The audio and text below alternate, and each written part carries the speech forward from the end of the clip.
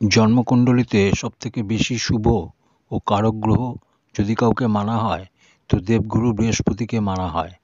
কিন্তু যদি বিস্তারিতভাবে দেখা যায় তো ধনুরাশি বা লগ্নের জাতক বা জাতিকারা দেখবেন যে আপনার রাশির অধিপতি বৃহস্পতি হলেও জীবনে এত সংঘর্ষ, এত কষ্ট হয় যে সেটা আপনারা নিজেরা জানেন। এটা বড়ই আশ্চর্যের যে বৃহস্পতি ভাগ্যদাতা, ধনদাতা, মোক্ষদাতা হওয়া সত্ত্বেও ধনুরাশির জীবনে এত কষ্ট থাকে। নমস্কার দর্শক বন্ধুরা, জ্যোতিষ বর্ণনা চ্যানেলে আপনাদের সকলকে স্বাগত। ধনুরাশির বার্ষিক রাশিফল দেরিতে আপলোড করার জন্য প্রথমেই আমি আপনাদের কাছে ক্ষমা চেয়ে নিচ্ছি। বছরের শুরুতে ধনুরাশির গ্রহ পরিস্থিতি কীরকম থাকছে চলুন একবার দেখে নেওয়া যাক।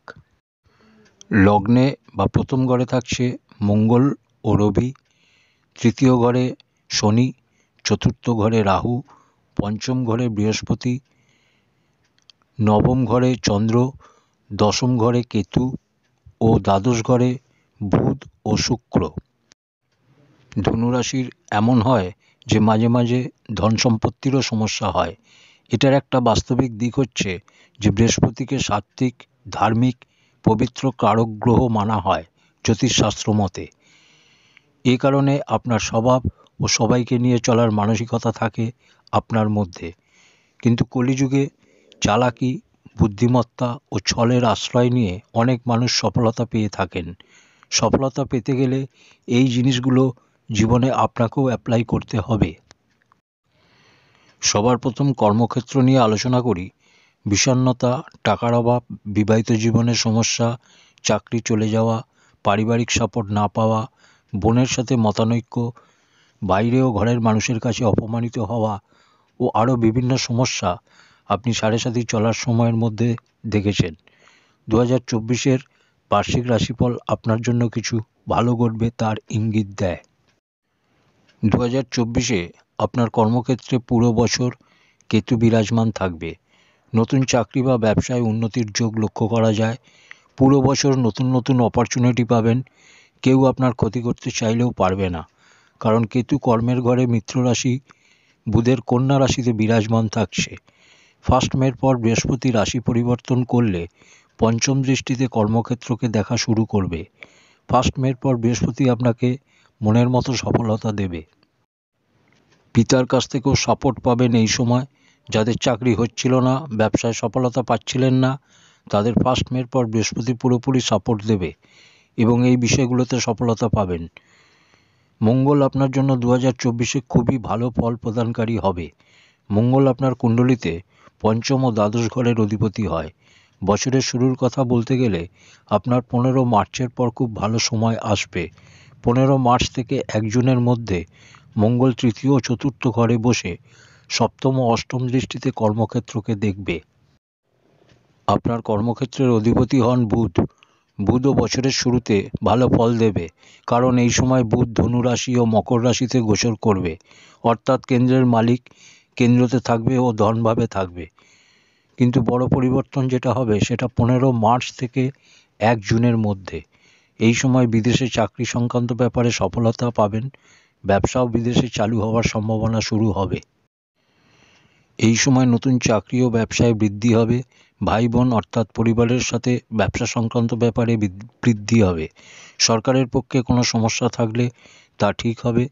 নিজের বাড়ি থেকে দূরে গিয়ে কাজ করছিলেন, সেটা পরিবর্তন করে বাড়ি থেকে কাজ করতে চাইছেন, তো তার সমস্যা মিটবে। রাজনীতির ক্ষেত্রেও সফলতা পাবেন এই সময়। এরই মধ্যে 7 মার্চ থেকে 13 এপ্রিল অবধি সময় আপনার কর্মক্ষেত্রের মালিক বুধ চতুর্থ ঘরে বসে সপ্তম দৃষ্টিতে কর্মক্ষেত্রকে দেখবে, আর সঙ্গে সূর্যও থাকার দরুন তৈরি হবে বুধাদিত্য যোগ, অর্থাৎ একসাথে কর্ম ও ভাগ্যের সমন্বয় ঘটবে। এই সময় চাকরি, ব্যবসায় সফলতা, পদোন্নতি ও যে কোনো ক্ষেত্রে সফলতা আপনি পাবেন তার যোগ আছে। 14 জুন থেকে 29 জুন এই সময় বুধ সপ্তম ঘরে বসে ভদ্র নামক রাজযোগ নির্মাণ করবে। এই সময় যাদের চাকরি চলে গেছিল, যে কোনো ধরনের ইন্টারভিউ, বড় বড় ব্যক্তির সাথে যোগাযোগ, এই বিষয়গুলোতে সফলতা পাবেন। এরপর 26 আগস্ট থেকে 20 অক্টোবর এই সময়টা মঙ্গল চতুর্থ দৃষ্টিতে কর্মক্ষেত্রকে দেখবে। এই সময় আপনার ভাগ্যোন্নতি হবে। এরপর 23 সেপ্টেম্বর থেকে 10 অক্টোবর এই সময় পুনরায় ভদ্রযোগ নির্মাণ হবে। বছরের শেষের দিকে আপনার মান সম্মান বৃদ্ধি, অনেক দিন ধরে কোনো হারানো পথ ফিরে পাওয়ার জন্য উদগ্রীব ছিলেন তো তা ফিরে পেতে পারেন। পুরনো চাকরি ফেরত পাবেন। মনের মতো চাকরি বা ব্যবসায় পরিবর্তন করতে পারবেন। বিদেশ যাত্রা নিয়ে বলি যে মঙ্গল ও শনি আপনার বিদেশ যাত্রার কারক। শনি পুরো বছর তৃতীয় ঘরে নিজের রাশিতে থেকে বিদেশ যাত্রা যোগ তৈরি করে রাখবে। এরপর 1 মে বৃহস্পতি যখন স্থান পরিবর্তন করে ষষ্ঠ ঘরে আসবে তখন সপ্তম দৃষ্টিতে দ্বাদশ ঘরকে দেখবে।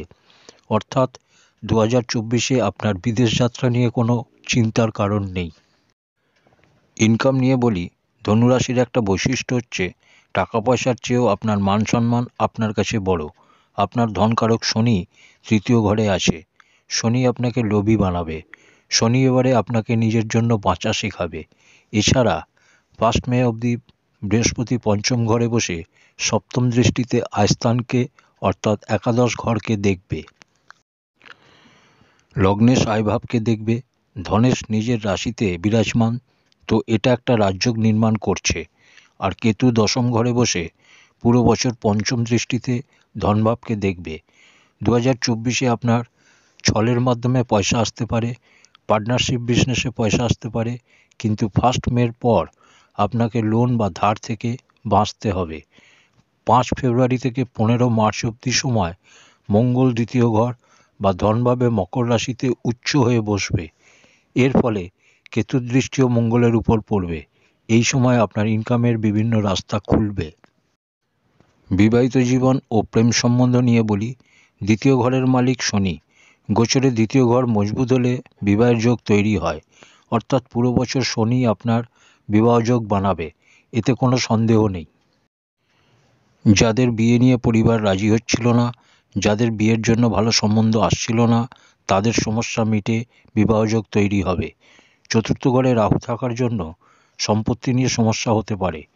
মা ও পিতার সাথে মতানৈক্য কিছু হতে পারে। বৃহস্পতি 1 মে অবধি পঞ্চম ঘরে থাকার ফলে যাদের শিক্ষা অসম্পূর্ণ ছিল তা পূর্ণ হবে। ইন্টারভিউতে পাস করবেন। এই সময় প্রেম সম্বন্ধেও ভালো হবে। প্রেম বিবাহের যোগ তৈরি হবে।